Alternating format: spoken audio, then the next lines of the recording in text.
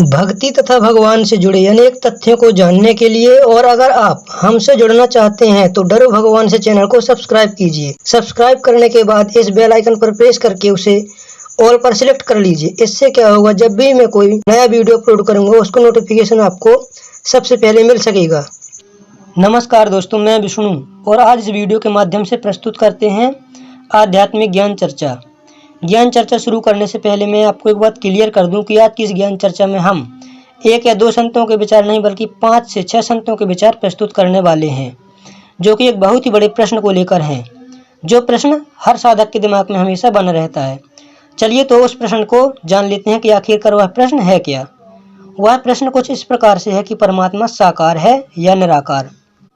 चलिए तो सबसे पहले जान लेते हैं कृष्ण प्रिया जी महाराज के विचार कि परमात्मा साकार है या निराकार। अगर देखा जाए तो आप साकार भी हैं और देखा जाए एक नज़र से तो आप निराकार भी हैं। निराकार से ही आप साकार रूप में परिवर्तित हुए हैं। वही चेतनता आत्मा किसी भी शरीर में धारण होकर के शरीर को चलाती है। लेकिन ये सब की उत्पत्ति कहाँ से हुई? उस निराकार से, उस आकाश से। उस आकाश से, उस निराकार से सगुण सब चीजें बनी जिनका आप स्पर्श कर सकते हो, जिनको आप देख सकते हो। उसी प्रकार परमात्मा भी निराकार होकर के साकार रूप में परिवर्तित हो जाता है। हाँ, तो ये थे कृष्ण प्रिया जी महाराज के विचार, जिन्होंने बताया कि परमात्मा साकार भी है और निराकार भी है। अब जान लेते हैं अनिरुद्धाचार्य जी महाराज के विचार कि परमात्मा साकार है या निराकार। ईश्वर सगुण है या निर्गुण है, ये प्रश्न उठा है। बताइए, भगवान सगुण है या निर्गुण है, साकार है या निराकार है? क्या है भगवान? मैया जी, ओ मैया, क्या है भगवान? साकार है कि निराकार? निराकार उसे कहते हैं जिसका कोई आकार ना हो। साकार उसे कहते हैं जिसका कोई आकार हो। साकार और निराकार भगवान कैसे हैं? कुछ पता है आपको इस बारे में? तो आइए समझते हैं। भगवान साकार भी हैं और निराकार भी हैं। कैसे? जैसे पानी का कोई आकार नहीं होता,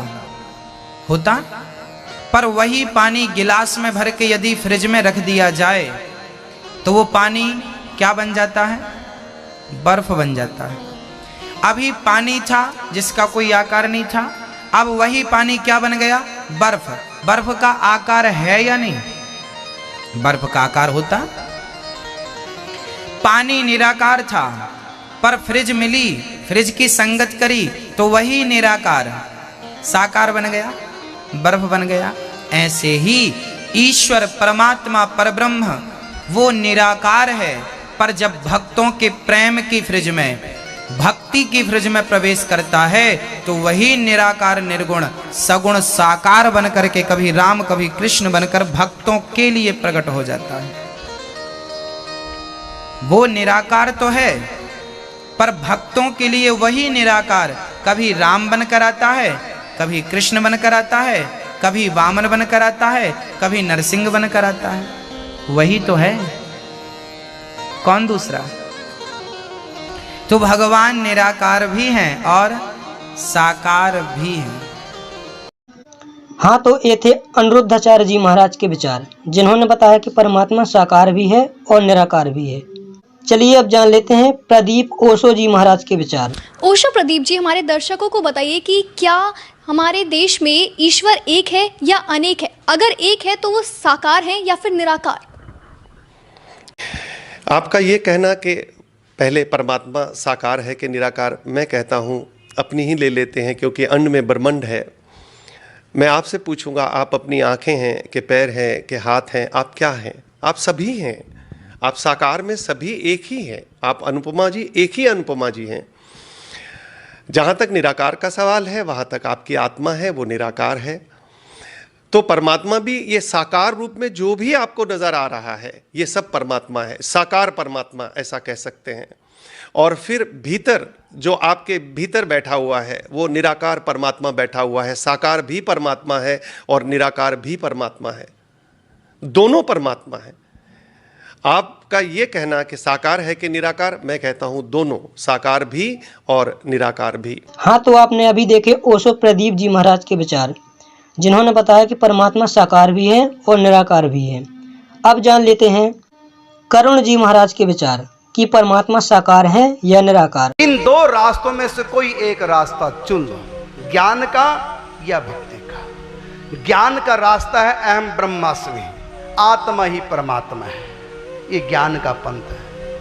और परमात्मा मेरा है, ये भक्ति का पंथ है। ज्ञान के पंथ में परमात्मा निराकार है, भक्ति के पंथ में परमात्मा साकार है। ज्ञान के पंथ से भी माया के उस पार पहुंच जाओगे, भक्ति के पंथ से भी माया के उस पार पहुंच जाएंगे। जो धर्म भगवान को साकार नहीं मानते, केवल निराकार मानते हैं, जो भी धर्म संप्रदाय इस दुनिया में है उनको भी मैं प्रणाम करता हूं। उनका धर्म सच्चा धर्म है, गलत नहीं है, क्योंकि परमात्मा निराकार भी है। गीता भी कहती है निराकार साकार दोनों, भागवत भी कहती है कि परमात्मा निराकार साकार दोनों है, रामायण भी यही कहती है कि परमात्मा निराकार साकार दोनों है। हमारे हिंदू धर्म के सब ग्रंथों में निराकार साकार दोनों चर्चाएं आई है।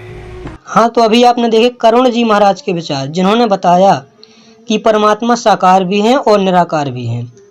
अब जान लेते हैं लाल गोविंद दास जी महाराज के विचार, इनका क्या कहना है कि परमात्मा साकार है या निराकार। संसार में बड़ा झगड़ा होता है कि भगवान निराकार है, कुछ लोग कहते हैं साकार है, झगड़ा करने की जरूरत नहीं, वो निराकार भी है और वो साकार भी है। इसलिए कोई ये नहीं कह सकता कि भगवान निराकार ही है, और कोई ये भी नहीं कह सकता कि भगवान साकार ही है। ये दोनों गलत है, भगवान निराकार भी है और वह साकार भी है। इसे कहते हैं शुद्ध और पूर्ण ज्ञान। हाँ, तो यह थे लाल गोविंद दास जी महाराज के विचार, जिन्होंने बताया कि परमात्मा साकार भी है और निराकार भी है। कोई यह नहीं कह सकता कि परमात्मा साकार है और ना कोई यह कह सकता कि परमात्मा निराकार है। यदि कोई ऐसा कहता है तो दोनों गलत हैं। चलिए अब अंत में जान लेते हैं संत रामपाल जी महाराज के विचार कि इनका क्या कहना है कि परमात्मा साकार है या निराकार। आज सत्संग के अंदर आप सुबह सुन रहे थे कि परमात्मा को कोई तो निराकार बताता है और कोई उसको साकार बताते हैं। और साकार रूप में वो क्या बताते हैं कि जो भी दृष्टि गोचर है, ब्रह्मांड, चांद, सूरज, सितारे, ग्रह, ये ही साकार रूप है परमात्मा का।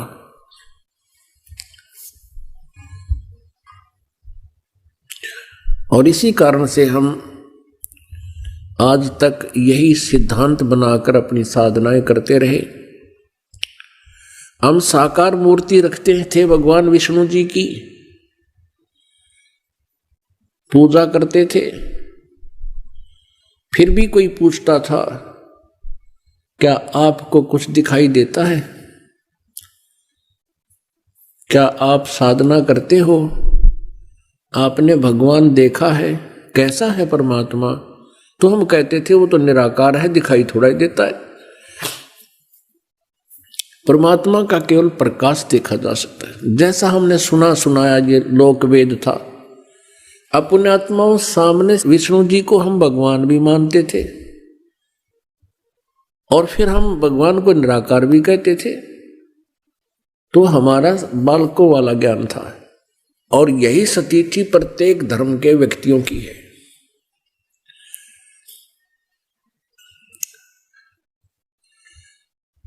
अब आपको बताते हैं परमात्मा कैसा है।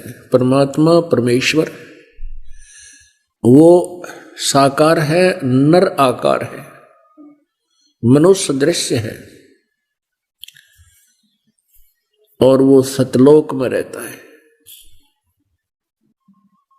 अब हम आते हैं पवित्र हिंदू धर्म के सदग्रंथों पर। पवित्र हिंदू धर्म के सदग्रंथ माने जाते हैं पवित्र चारों वेद और पवित्र श्रीमद् भगवत गीता, पवित्र 18 पुराण। इनमें सबसे श्रेष्ठ पवित्र वेद और पवित्र गीता जी को ही माना जाता है। बाकी जो ज्ञान है पवित्र पुराणों का, ये ज्ञान रला मिला है। कहीं पर तो ब्रह्म ने बोला है और कहीं पर किसी ऋषि का अपना अनुभव पुराणों में लिखा हुआ है, उसका अपना भी विधान है। तो ऐसे जो पवित्र वेदों का ज्ञान है वो पूर्ण परमात्मा ने इस ब्रह्म को दिया था, इसके अंतःकरण में फीड कर दिया। वो प्योर, वो कति प्योर है, बिल्कुल स्पष्ट ज्ञान है। श्रीमद् भगवत गीता जी के अंदर गीता ज्ञान रहता है तो वही, लेकिन इसने इसमें अपना कुछ मत अड़ा दिया है, लेकिन वेदों वाला ज्ञान भी उसमें समावेश किया है। तो हमने अपने पवित्र वेदों में देखना है कि परमात्मा कैसा है। और आज तक जितने भी ऋषि महर्षि हुए हैं सभी वो यही कहते हैं कि हम वेदों के जानकार हैं, हमने वेदों को पढ़ा है और वेदों में परमात्मा निराकार लिखा है, जबकि वेदों में परमात्मा साकार लिखा है, मनुष्य सदृश लिखा है, नर आकार लिखा है, मनुष्य के तुल्य लिखा है और उसको सहशरीर बताया है। अब वेद क्या बताते हैं उस प्रभु के बारे में, आपको दिखाते हैं ऋग्वेद। वो परमात्मा कौन है, वो कैसी लीला करता है, देखिएगा। ऋग्वेद प्रकाशक है सार्वदेशिक आर्य प्रतिनिधि सभा, महर्षि दानंद भवन, रामलीला मैदान, नई दिल्ली से। और यहां देखिएगा मुद्रक है Prince of set printers, 1510 Pataudi house, Daryaganj, नई दिल्ली से। इसमें आपको दिखाते हैं ऋग्वेद मंडल नंबर 9 और सूक्त नंबर 86 इसका मंत्र 26 में है। यज्ञ करने वाले यजमानों के लिए परमात्मा, इसका अर्थ है यज्ञ माने धार्मिक अनुष्ठान करने वाले, यजमानों माने भक्तों के लिए परमात्मा, यानी जो धार्मिक अनुष्ठान करते हैं उनके लिए परमात्मा सब रास्तों को सुगम करता हुआ, उनके विघ्नों को यानी उनके संकटों को नष्ट कर देता है, मर्दन करता है और उनको पवित्र करता हुआ अपने रूप को सरल करता हुआ। भगवान साकार हुआ, अपने रूप को सरल करता हुआ, वह कांतिमान परमात्मा। अभी इन्होंने ये लिख दिया, कबीर का अर्थ सर्वज्ञ कर दिया है। ये देखो, ये ऊपर है कबीर अतो, हम इसको कबीर बोलते हैं, कबीर कबीर। इन्होंने इसको यहां ऐसा लिख दिया, अपसर्ग लगा दिए। अब भी हम इसको कबीर बोल रहे हैं या कवि ही कहें, जैसे पुनर्जन्म पुनः कहो, पुनर्कहो, पुनर्जन्म कहो, कबीर। इन्होंने इसका अर्थ सर्वज्ञ कर दिया। ये लिखना था वो कबीर देव, कबीर परमेश्वर। जैसे यजुर्वेद के विषय में आपको दिखाते हैं, जैसे यजुर्वेद है, यजुर्वेद और उसके यजु लिख के अपसर्ग लगा दें और कहीं उसकी महिमा का वर्णन हो किसी मंत्र में और वहां यजु का अर्थ यजुर्वेद करना चाहिए, वो सही है। उसका अर्थ कर दे यजु का कि यजु माने पूज्य, पूजनीय, पूज्य, पूजा की रसाएं का समूह। तो हमने उस यजुर्वेद को कैसे ढूंढेंगे फिर? अब देखना इसका प्रमाण इन वेदों के ठेकेदारों की ही रचना में दिखाते हैं। ये यजुर्वेद है और इसके महर्षि दानंद सरस्वती इसके अनुवादक हैं। अभी दिखाते हैं।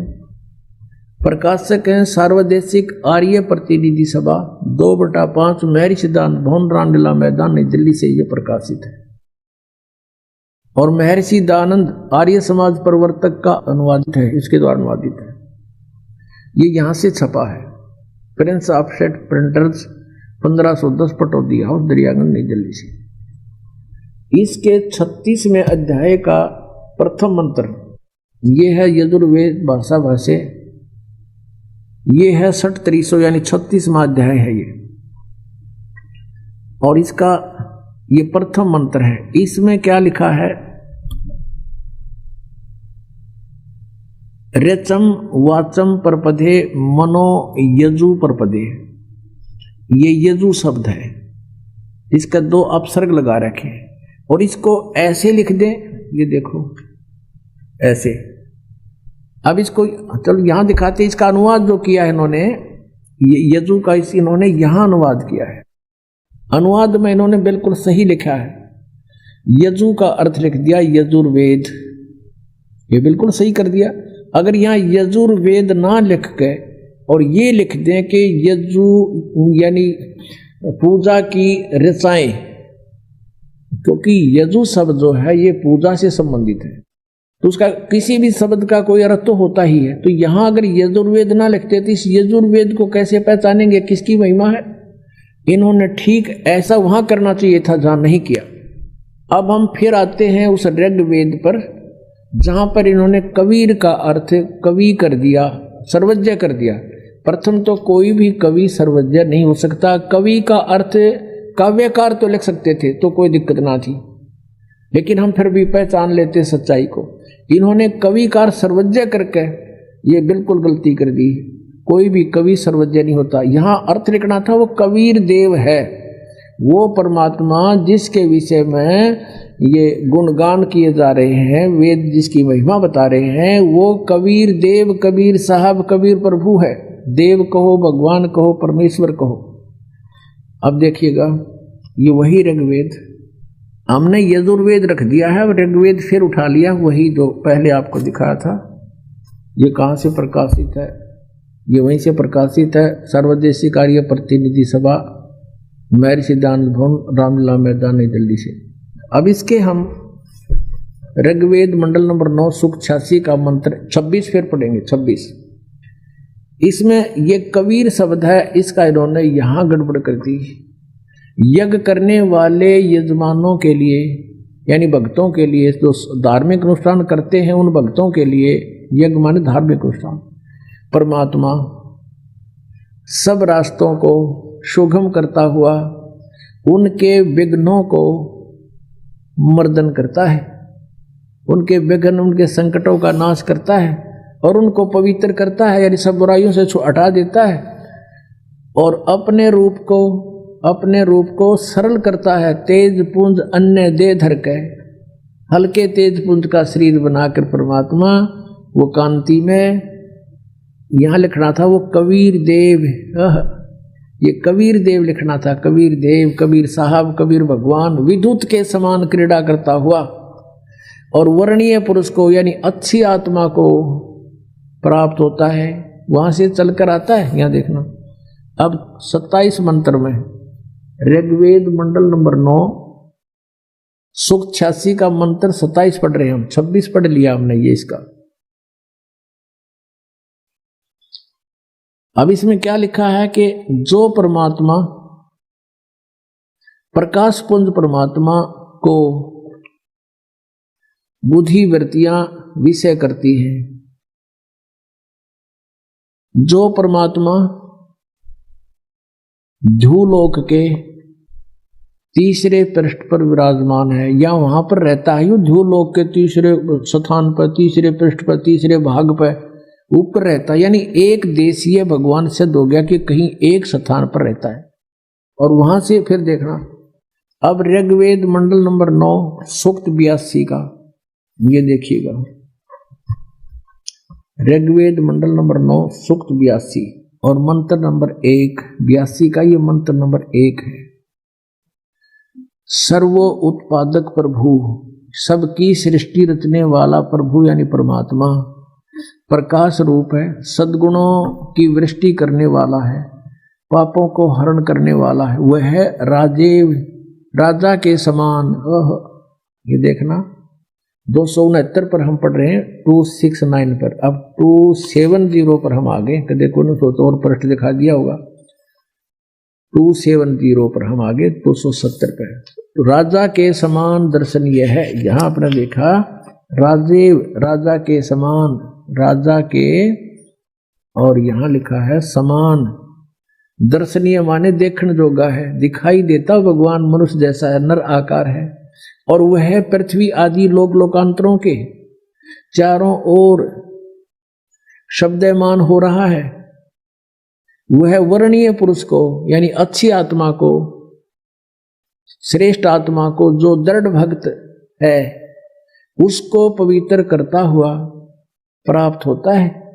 यानी परमात्मा कैसे और जिस प्रकार विद्युत सन्हे वाले स्थानों को आधार बनाकर प्राप्त होता है, इसी प्रकार परमात्मा, उक्त गुण वाला परमात्मा भी ऐसे ही करता है। अब यहां उद्देश्य क्या होता है उस भगवान का? अब ऋग्वेद मंडल नंबर 9 सूक्त 82 के मंत्र नंबर 2 में बताया है कि हे परमात्मन, उपदेश करने की इच्छा से, यानी तत्व ज्ञान बताने की इच्छा से आप महापुरुषों को प्राप्त होते हो, अच्छी आत्माओं को मिलते हो, महान आत्माओं को। और आप अत्यंत गतिशील पदार्थ के समान, यानी बहुत तेजो गति में चलने वाले की तरह हमारे आध्यात्मिक यज्ञ को प्राप्त होते हो। आप कवि का अर्थ लिख दिया, कवि सर्वज्ञ हैं, आप कबीर देव हैं। परमात्मा ने 600 वर्ष पहले कहा था, वेद मेरा भेद है, मैं ना वेदन के माही और जौन वेद से मैं मिलूं। वो वेद जानते नहीं, वेद मेरी महिमा गा रहे हैं, पर इन में वर्णित विधि से मेरी प्राप्ति नहीं हो सकती। वह परमात्मा कबीर देव है, शुद्ध स्वरूप है। हमारे पापों को दूर करके हे अमर परमात्मा, हे सोम, आप हमको सुख दें। और भाव को उत्पन्न करते हुए आप हमको सुख दें, और प्रेम भाव को उत्पन्न करते हुए पवित्रता को उत्पन्न करें। ये वैसे यहाँ ये देखो, ये कितने विचलित हैं। यहां इन्होंने निजम का अर्थ पवित्रता कर दिया। यहां लिखना था आप अपने उस रूप में ही, उसी साकार रूप में हमें प्राप्त हो या प्रकट हो। अपने आत्मा ये स्पष्ट हो गया कि कबीर परमात्मा है, और वो यहां अपने सतलोक से चलकर गति करके आता है, अच्छी आत्माओं को मिलता है, उनको तत्व ज्ञान से परिचित कराता है। अब फिर और दिखाते हैं आपको। ऋग्वेद मंडल नंबर 9 सूक्त 96 का 16वां मंत्र है। उसमें पूछा है कि हे परमात्मा, आप अपना नाम बताइए, आपका वास्तविक नाम क्या है? देखिएगा, ऋग्वेद मंडल नंबर 9 सूक्त 96, इसके 16 मंत्र में, मंत्र नंबर 16 में कहा है कि हे परमात्मन,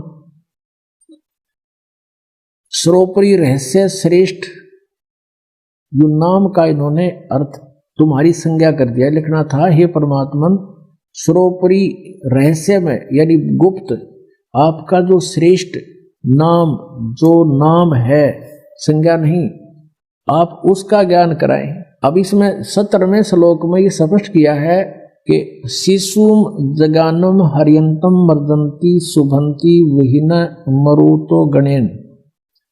कबीर भी यू रह पर कबीर गिर भी कावेना कबीर संत सोम पवित्र एति पवित्रम अत्यति रेभन।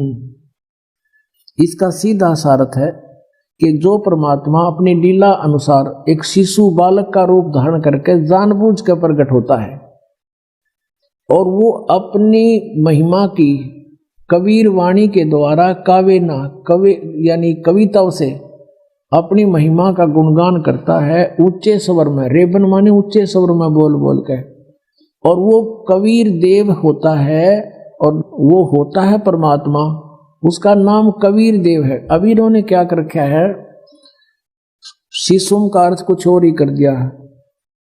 उस परमात्मा को जो सदा प्रकट है, जो अत्यंत कमनीय है, उसको उपासक लोग बुद्धि विषय करते हैं और उसकी स्तुति द्वारा उसके गुणों का वर्णन करते हैं।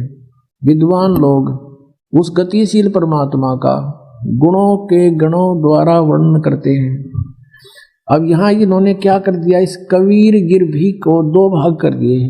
कवि कबीलो कर दिया कबीर का, और गिरभी माने वाणी द्वारा।